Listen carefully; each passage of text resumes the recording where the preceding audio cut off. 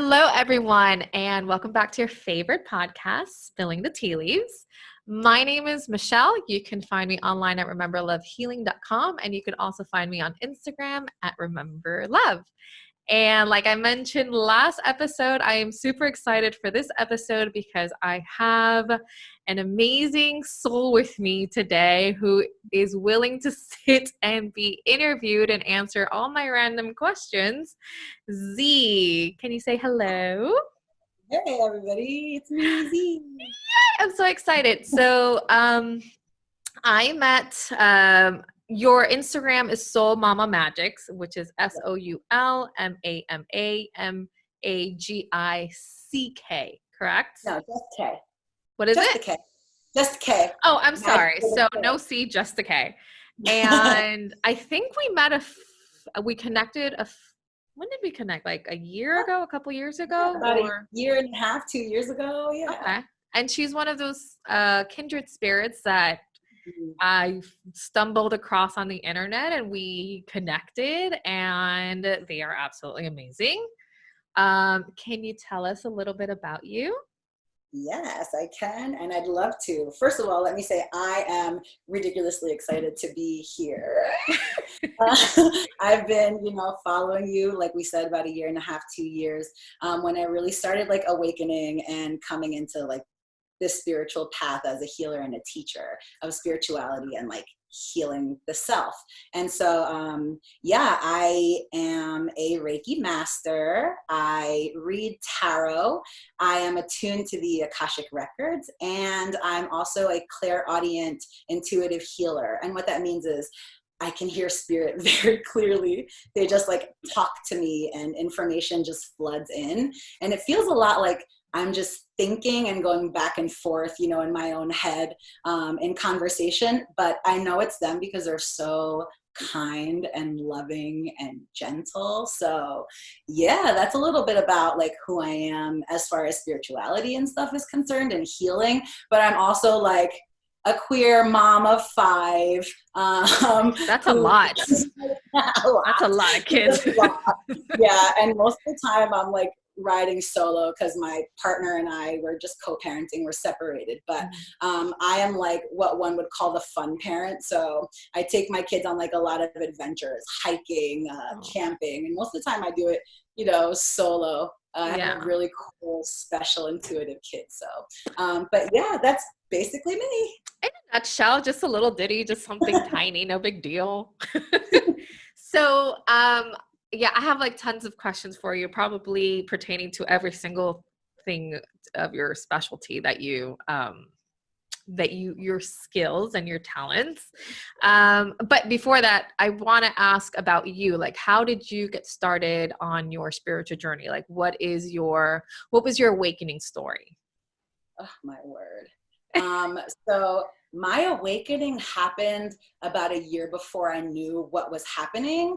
And it took a little while to register. So as you can physically see, I project very like masculine, and I've always been that way. And I think I've always been very stuck in that controlling like masculine energy, the energy that takes and no nonsense, hard, right? Intense energy. And I decided, after being very sure that I only wanted to parent and not carry children, that I was going to carry. And I think that this deep, intense flood of feminine energy and this idea of like nurturing my body and taking care of someone else that wasn't just me, I had to learn to self-love in a really different way and take care of myself really for someone else in this unselfish way. And I think understanding that we are others and others are us really changed me and allowed that flow of like energy to come through that really aligned me with spirit. So the day that I delivered my son, I did end up getting pregnant first try, which I thought was bananas. Wow. I carried my partner's egg with the same donor as our twins. So the siblings are 100% biological siblings, although they have no tie to me. Okay. But my son woke me up. He was born at 29 weeks, which is 12 weeks premature. And when I was on my way to the hospital, I was just praying and praying like I'd never prayed before. That the universe wouldn't take my son. And when I got to the hospital and I was going through the birthing process, was really beautiful. I was terrified, but I prayed and I prayed and I prayed. I think the first time in my life that it was like a pure prayer. Yeah. And when my son was born, that last push, it's what one would say is like an outer body, like a near-death experience in reverse, where like I felt like I just woke the hell up. Like, what was that? And I felt washed over in this like golden light, and I just knew that my son was going to be okay. I just felt it immediately. Yeah. Then that was in December 2015. Mm-hmm. Moving through the election cycle the next year, I started to feel like crazy floods of energy. But it was really strange because I'm very in tune. I've had a couple of like psychiatric things come up, suicide attempts, and lots of trauma that I worked through. And after 2 years of stopping my life to go to outpatient treatment, severe OCD, it debilitated me. I couldn't leave my space for 6-7 months. And that final suicide attempt really triggered something that said, life has to change. I can't keep doing this like this. I don't want to live like this. Yeah. And all of those feelings were I was in tune with them. So I knew what I was experiencing, that anxiety, those feelings of like, I don't know what to do with myself. It wasn't mine. I knew it wasn't mine, but I couldn't explain it any other way. And my therapist said, after a couple of months, she's like, you're really in tune. Maybe I really shouldn't say this, but maybe you should see a spiritual healer, a psych something. I don't know. But your therapist said that? Yes, but check this out. It wasn't until months later that I realized that she had crystals everywhere. But I wasn't aware because I wasn't aligned to that vibration. I was just like, this lady's crazy with all these fucking fancy rocks in here. Like, what the hell? These fancy rocks. Love it. But no, it was very clear that like she was aligned with my path as well. Yeah. And so after that, I had a psychic reading done, and the guy said to me, hey, just sit, meditate. You're clairaudient. And I was like, what the hell is that? He was like, clairvoyant means seeing clearly. Clairaudient means hearing clearly. And he gave me these examples in my life very clearly that there's no way he would have known unless he knew me. It's not like on social media or anything. Yeah. He basically told me about this one time that I had driven in the car and had like fallen asleep. And I got home and he showed me spirit took the wheel. I was very connected. He showed me my suicide attempt and how I had this panic attack, but it wasn't actually a panic attack. It was spirit telling me, get out of the room, go, go, go, run, call someone. So when he gave me these clear examples, my heart stopped and I was like, oh my God, this is real. I know this is real. And the next 3 days I meditated and nothing, not a single thing. I couldn't get my mind to stop. Yeah. The fourth day, I had a really hard day at work. I got home. I was like, everybody leave me alone. Kids are crying. I'm like, I'm not talking to anybody until I get in the shower. Got in the shower, listened to the water. Next thing I know, I'm being flooded by that golden light. The same light of the day that I delivered my son. Yeah. And I felt them immediately. And they said, we're here. We've always been here. And I was like, what the hell? What? I thought I was losing my mind. But my heart said, no, this is real. And I said, we? Who's we?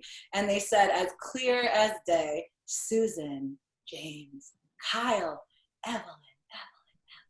And I dropped to my knees and I started sobbing, and all I could do was say, thank you, thank you, thank you, thank you, thank you, thank you. And they showed me every moment in my life when they had showed up so clearly, and I believed it. And my first question to them was like how, like, why would people believe me, right? And they said, because you've been through so much. There's no way they wouldn't know that this was true. Yeah. And so I started telling my story, and I started sitting and listening, and they showed me everything. That's amazing. That's amazing. Yeah. So would you call them your spirit guides? Is that the term that you would? What is it? They're my family. They're your family. Okay. Yeah. I love that. Yeah. We're just in different places right now, but our antennas are so good. The fact that you are so connected is, to me, it's amazing. And I've never met a clairaudient person either. So it's really we've all experienced like moments where we're like, oh, I heard something, but never to the point where I'm like, no, this is what it is. Like it's my spirit family. Yeah. I hear them. Are they always with you? Do you always are you like constantly in connection with them? All Yeah. day. It Okay. doesn't stop. And it can make things a little complex for me too, because I work for transit, right? I work for the Yeah. railroad. And walking through Grand Central in New York City, it's very charged. So when you can hear spirit and they're chattering all the time, I was like, get off the train and run to the office, Yeah. So it can get loaded. So it took me a little while to learn to protect myself, Yeah. which is also why I'm covered in like stones all the time. And I push my aura out really big. I put myself in healing bubbles and things like that, Yeah. because I am incredibly sensitive. I am. I'm going to chat all day. Do you hear other people's spirits or like people that have passed on? Is that like a skill that you do?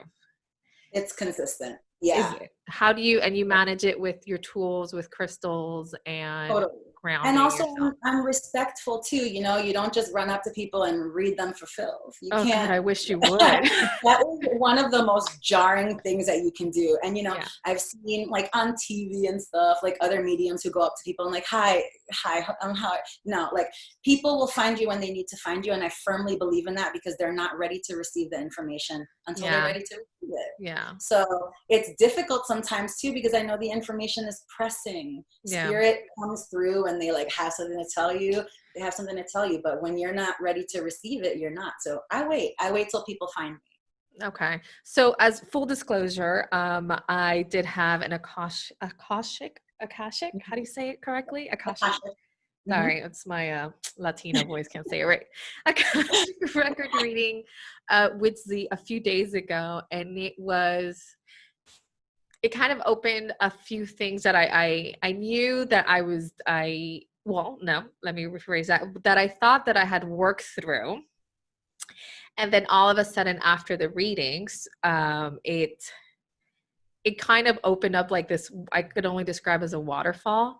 So if you've listened to the podcast before, I have issues with my father. He was very abusive, and I was raised in a very fear-based home because everything that I did was either a trigger or I didn't feel good enough. And again, I thought these issues were like, yeah, I had an abusive home. It made me who I am today, and I'm okay with it.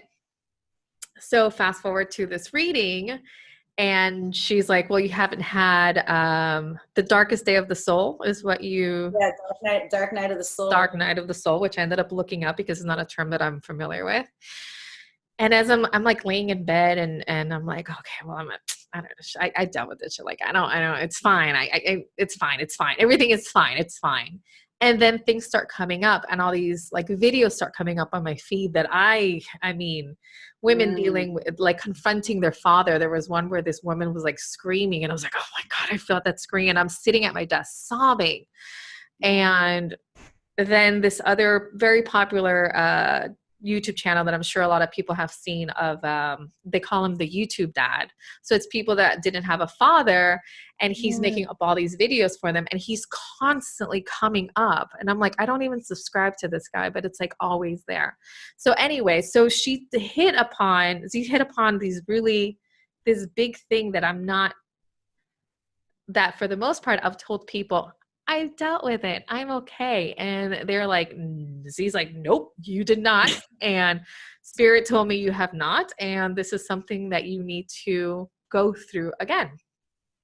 So I'm going to ask you a little bit about the Akashic Records. Like, how did you fall into that? How did you discover it? And then how did you have your awakening? Like not your awakening, your ability to do this, right? Like I've seen books, I've heard people, but I don't even know how to even get there. Yeah.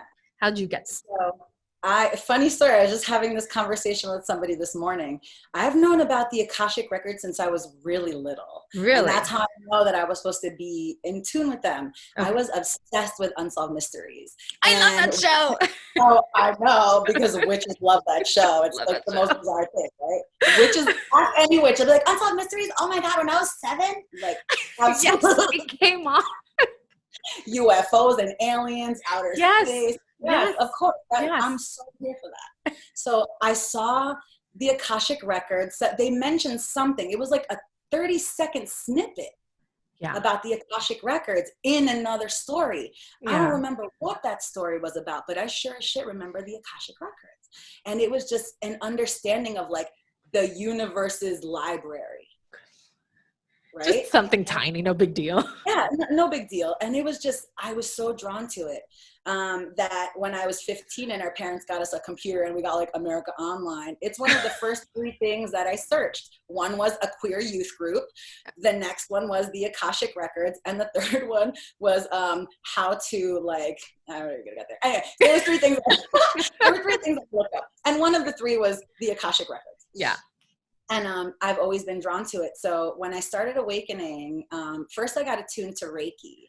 And then that, I don't know if you know, but when you get attuned to Reiki too, you're actually accessing a part of the Akashic Records, which is why you can heal through lifetimes.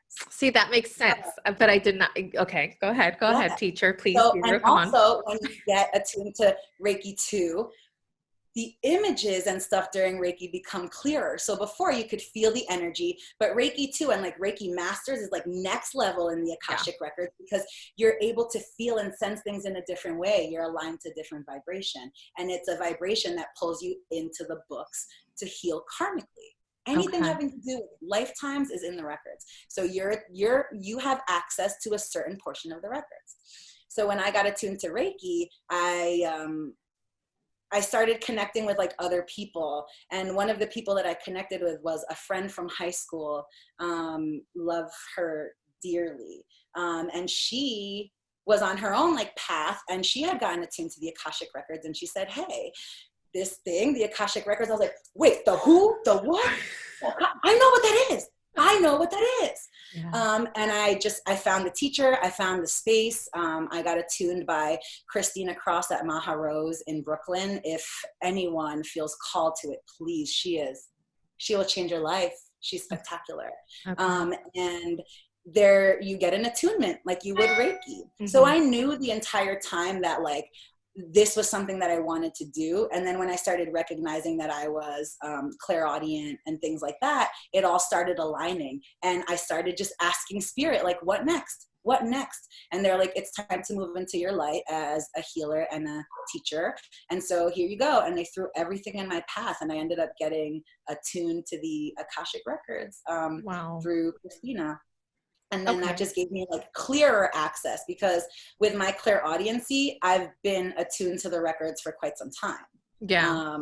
I just didn't know what was happening. So the cool thing about being attuned to the records now is that the prayer helps to like slow down the trickle of information.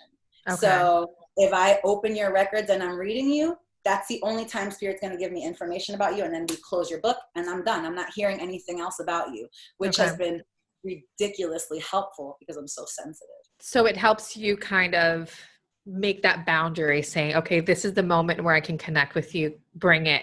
And now as soon as we're done, we're done. Correct. Okay. And then we're done and we literally close the book on it. And for anybody who doesn't know, the Akashic Records it's a library in the ether somewhere up in the cosmos. And it houses the journal of every single soul. And your soul tells its story through lifetimes and imprints them in these books. So with a prayer used to get in and everybody and the person's name, their like full legal name, that name carries a vibration and it opens up your book. It pulls, the record keepers go running in the records and the library and they go pull your book and they bring it to me. And then they open it up in front of me and it's blank pages and I just dive right in. It's really lovely. I'm going to put Zee's information on the in the description because if you have not had the joy of having a reading, it is actually really spectacular. and mind-blowing. Thank And you. when we first opened it up and when we first started talking, I told her, I'm like, I feel like I'm going to be read for filth in a minute, because I know spirit always tries to get my attention, and when I don't feel like it, I purposely don't pay attention. And it's stuff that I do, and I know that I do that subconsciously and consciously sometimes. I mean, we're on a lockdown right now. Like, I want to play Animal Crossing and and just drink a margarita and watch YouTube. Right. Like, that's all that I want to do right now. Okay, so if you are comfortable, you said you had 5 children. Yes. And one of the things that you mentioned is that you feel called to, your kids are very woke. Yo, they are. You also have a pull to work with children. Like, how do you balance woke kids in a muggle world, especially? Yeah, right. Yeah. So I think one of the things that I do is I parent very consciously. Okay. I understand that my kids are all very different and they have different sensitivities. And so honoring each of them, like my oldest, my daughter, she was in foster care, and then we adopted her. And we know that she has traumas that like our other children haven't experienced, right? Mm-hmm. And so we're sensitive and mindful to that. So she has different ways of expressing herself, and also being, you know, gifted in her own way. She doesn't know 100% what it means, but she can smell things very clearly. She knew her grandmother had passed away before anybody else did, because she could clearly smell her and said, I don't think Grandma Nancy's okay. And so, you know, she's very intuitive in her own right. So we have to be mindful of things like that with her. Like, whereas my son Levi, who's very in tune with crystals and can hear clearly like I can, you know, he's more rambunctious, but I also understand that he has moments where he needs to have his space so he can set up his crystals and have his quiet time. And so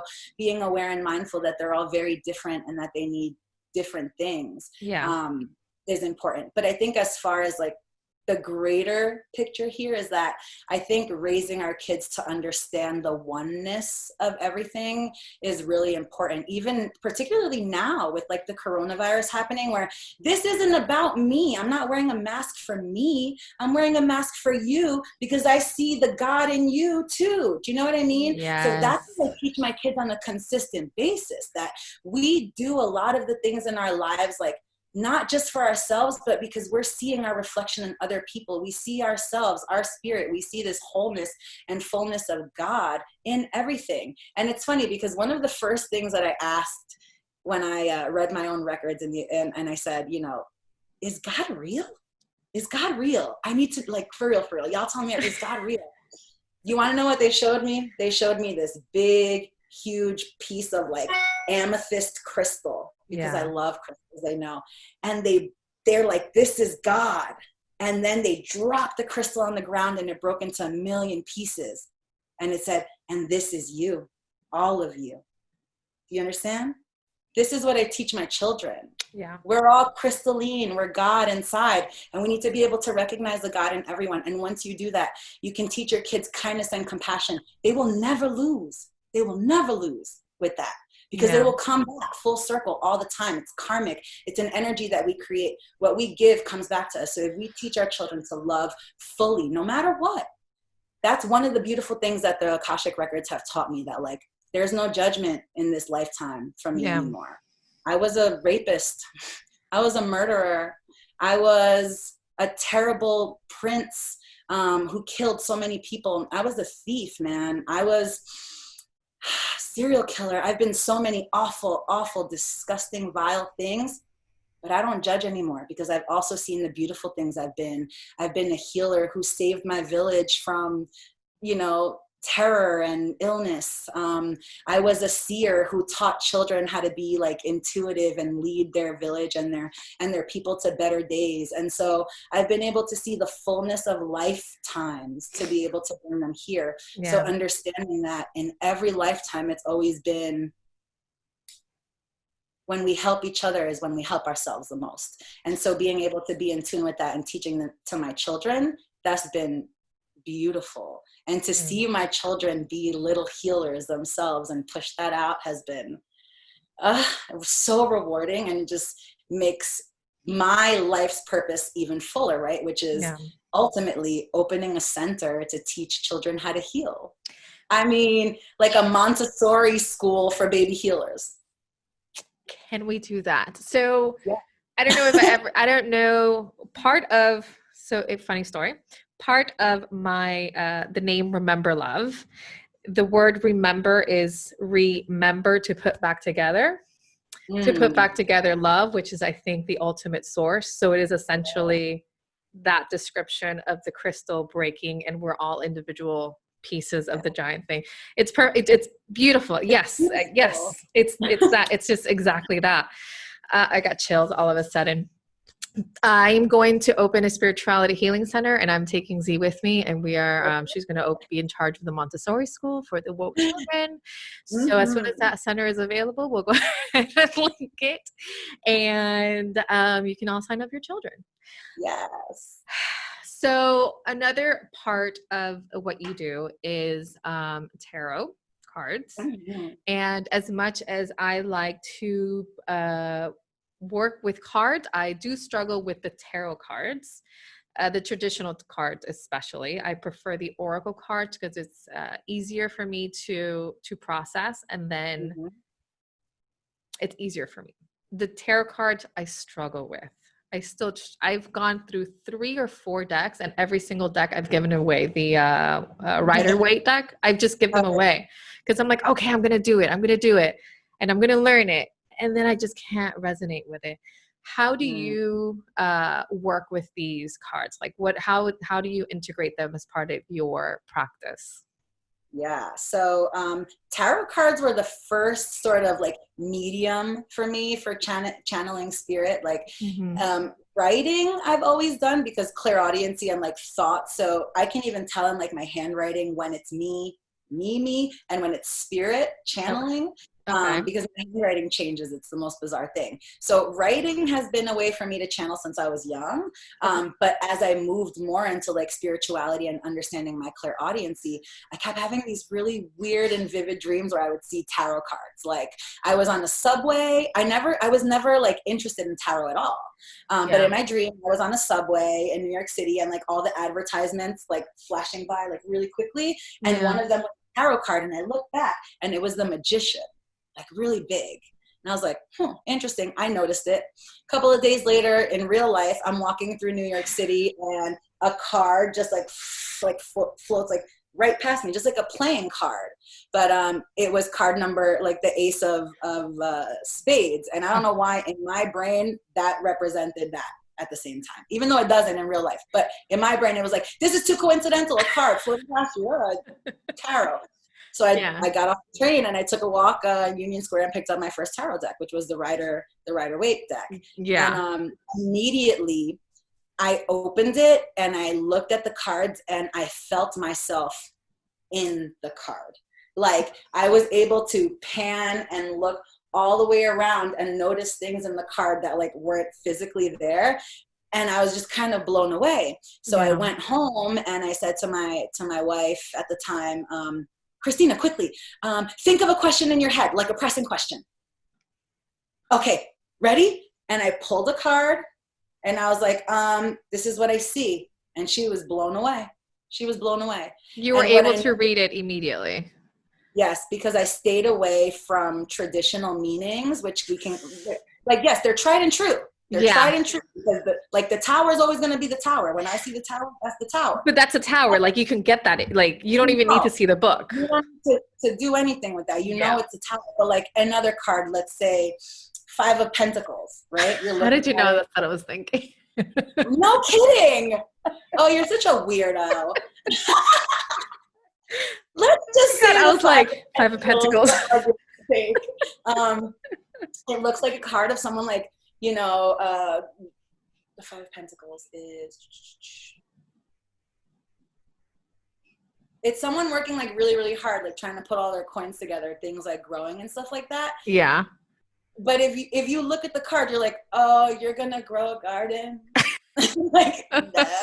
But it could you're like, financial abundance and the things that you need to do. And so when I stopped trying to think about what the actual meaning of the card was, and like, oh, coins mean abundance, and this means this, and 5 means this, and earth, earth element, it's like, no, stop thinking about that. Look at the card and feel into the energy. Trust what you feel and what it's telling you. So if you're looking at a card and it's saying, go outside and get fresh air, like maybe do that, because you don't know what's going to happen outside, and you just kind of have to trust that, right? See, it's okay. So you say that, right? But then if you, let's say, share this image of the 5 of Pentacles and give your own interpretation, there's like 40 other people that are going to come and be like, that's not what it means. That's not what it means. And I'm just like, I don't know, maybe it's a confidence issue that I had with the card. I'm about to go buy my 5th deck right now, okay? Just you know what? Send me the address, boo, because I'm about to buy you one. I'm going to buy you the most delicious one that you could possibly have. How about that? Yeah, that's what we're going to do. No, but yes, it is. You're doing it intuitively.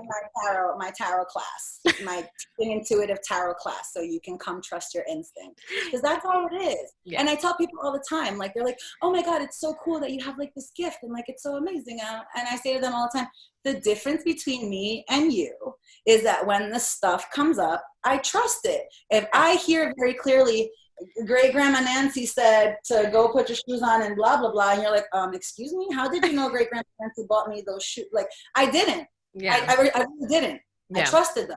I trusted that what I was getting was real because it felt like it to me. In here, something said, this could be real. Fuck it. Say it. I'm saying it. And even when it's like a little wrong, it's really not. There's a misunderstanding. And I'll give you a perfect example. A friend of mine, I said, I think your brother's wife is pregnant. I'm seeing elephants. And she's like, no, she can't have children. And I said, no, it is. I promise you. I see your brother and I see children and an elephant. Sure as shit, turns out it was her other brother who got this Indian girl pregnant. And that's why I was seeing elephants. It's the love of his life, but they weren't married. And there was no way that they were going to have babies because that's not what they were doing. But sure as shit, she was pregnant. So the message was correct. The interpretation of the person was incorrect because I don't interpret. I just give the images. You're just channeling what's coming out. You're not filtering it through your own thoughts or opinions or anything else. So if I see a cactus with 21 thorns and one is glowing, I'm going to say there's a cactus with 21 thorns and one is glowing. I don't know what that means to you, but it doesn't feel very good to me. That 21 feels present. Like that's what I'll say. Okay. It's an energy. And when you start trusting that, it'll just like keep showing up. So tarot for me is very intuitive. I don't think I know many of the traditional meanings, if I'm being honest. I just go based on what it feels like. See, that's what I'm about, is follow your intuition. But for some reason, this particular era, the tarot, I'm just like, nope, because that's not what the book says.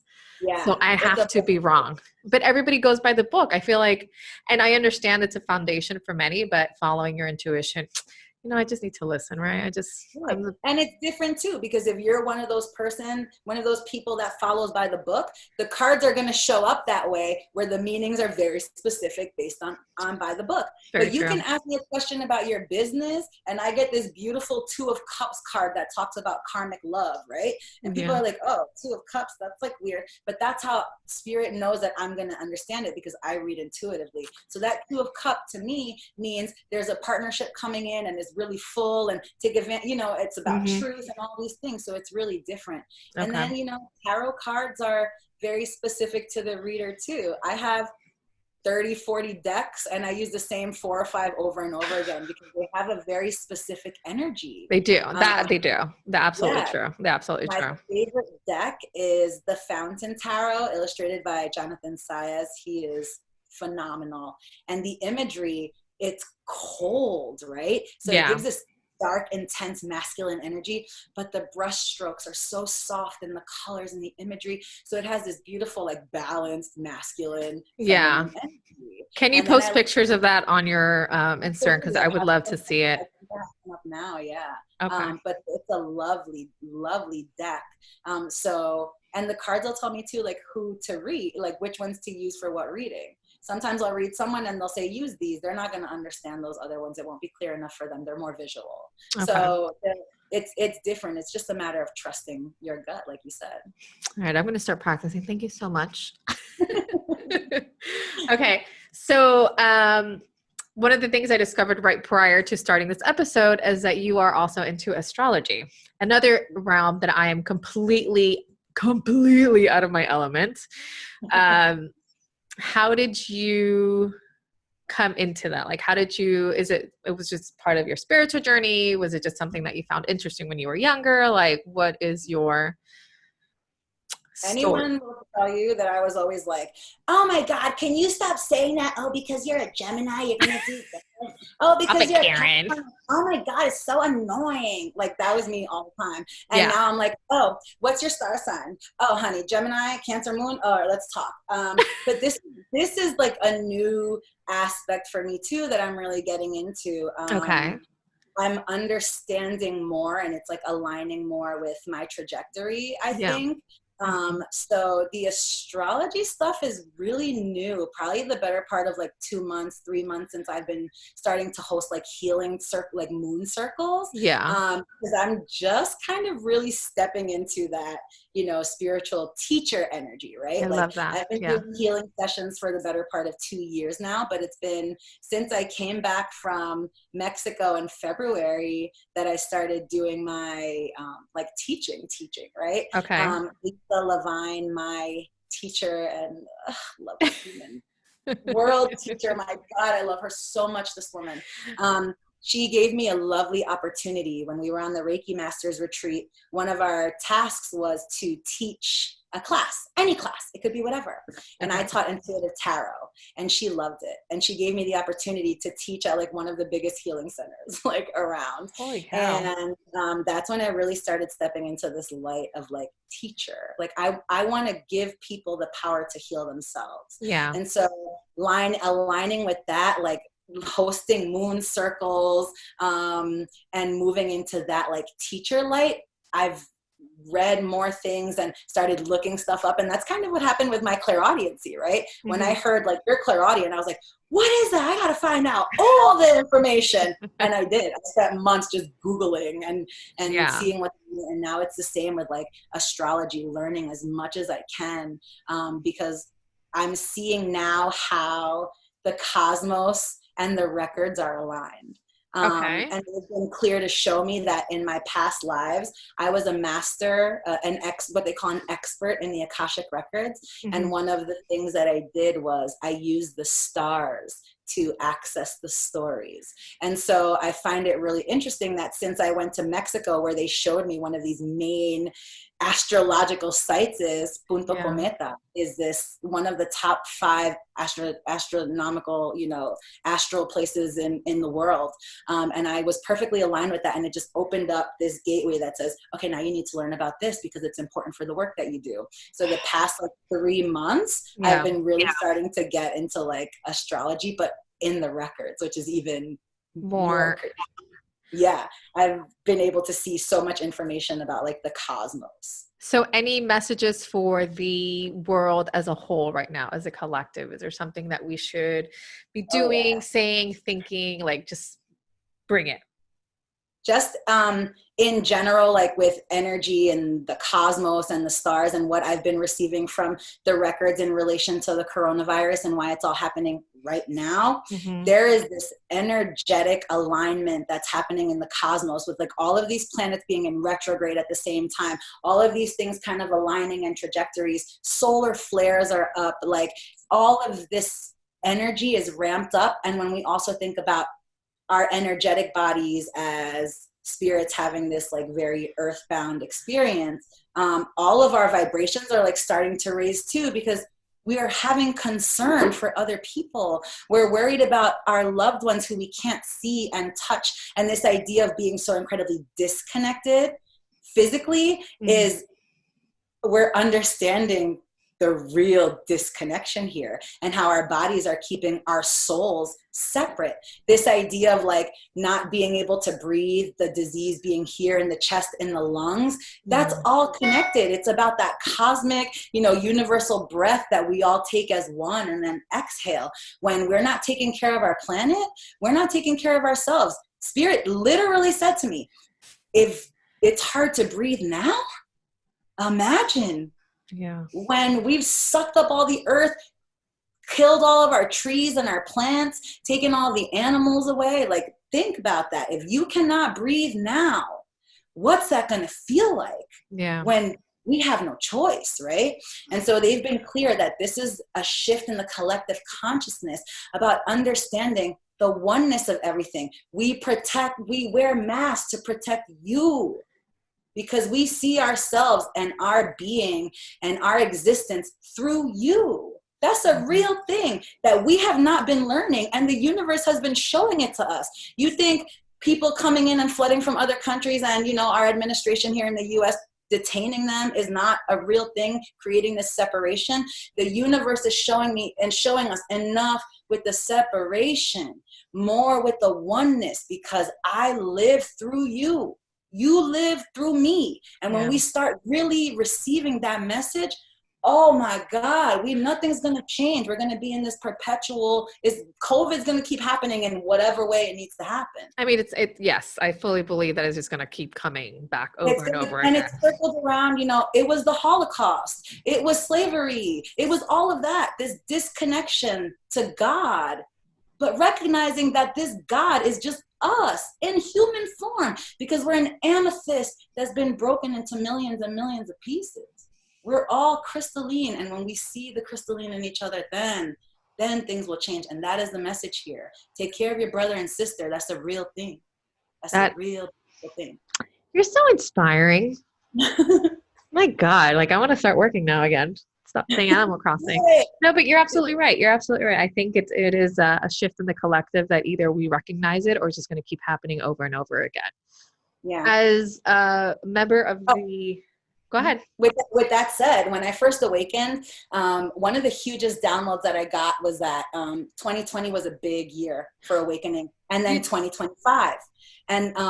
And it's funny because I was talking to a friend of mine who's huge into astrology, and she said, oh, you know, want to know what's funny? In 2025, we move into this new age where it's all about like love and connection. And I was like, that's interesting. And like something about some planets aligning, and they haven't done this in like eons. Oh, kidding.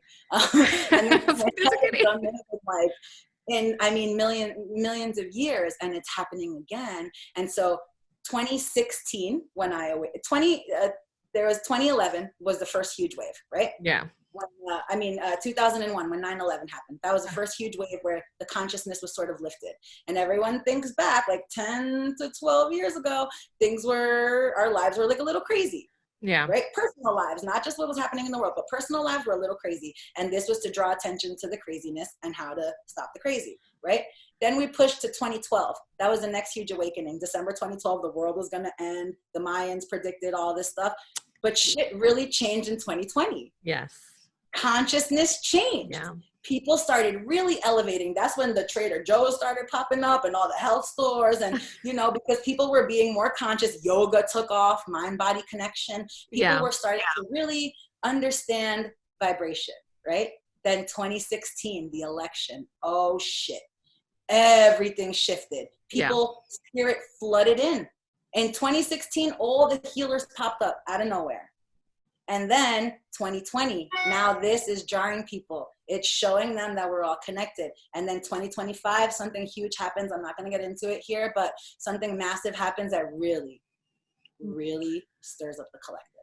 So either we have our shit together by then, or we're in for another loss. And sometimes that could be your life, like coronavirus. You know what I mean? Like, yeah.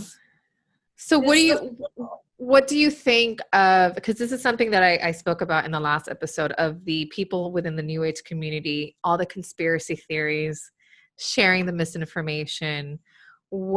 How would you recommend a normal person that's just coming into this, just saying, listen, I need to change. I see the light. I want to become a light worker. But then they go into any social media where it's all accessible. That's your community, your instant community per se. Right. And then you have a lot of our leaders or mentors or self-proclaimed gurus, right? Sharing a lot of misinformation. Like, what would you recommend a normal person to do, or how to filter that? So one of the things that I like to tell people all the time is like gut checking things, right? Like, oh, COVID vaccine, blah, blah, blah. Oh my God, I would never. I don't think like that, right? It's like, Yeah. I mean, I don't know. Maybe I love a not. good conspiracy theory too. I mean, don't get me wrong. It's not like it all plays out, right? I'm also that person who's like, oh, iPhone update, I'm going to wait a few days. You know, like I'm also that person a little more like on the cautious side when it comes to things like that. But I think one of the lovely things is when you really start to trust your intuition, like gut checking it. I will also kind of say this, and this could just be me, you know, my perception, whatever. But sometimes I think that certain healers see the platform as a way to push what their ego says to push. And it can become sort of a little bit more on like a personal level. And again, hey, to each their own. People who vibrate with that energy are going to find those healers, right? Yeah. But there's something really like contrived to that. Healers who say, this is a very specific way to do this. Whenever I do sessions, I'm like, hey, Spirit is saying like, this is probably the best way to do it, but also, you know, free will, and maybe try this or that or whatever feels good to you. You can't break it. Yeah. Right. Right. And I think that's really the way to go about it, because you can tell somebody turn left, and whatever you do, don't turn right, because it's going to ruin the trajectory of your life, and they're going to do what they want, and they're going to turn right. Yeah. So free will is really at play here, and I think ego is at play here. So when I would just tell people to really like gut check, you know, your what it feels like. Gut check your connection to healers. Like I've been to a healer or two where after my session I was like, ooh, shit, I'm not coming back. I don't feel right. It's not good. I don't like it. I don't know. That energy was not like what I was trying to get into, but okay. Yeah. And vibration's different. You can have two opposing frequencies, and that's fine. That's fine. Absolutely.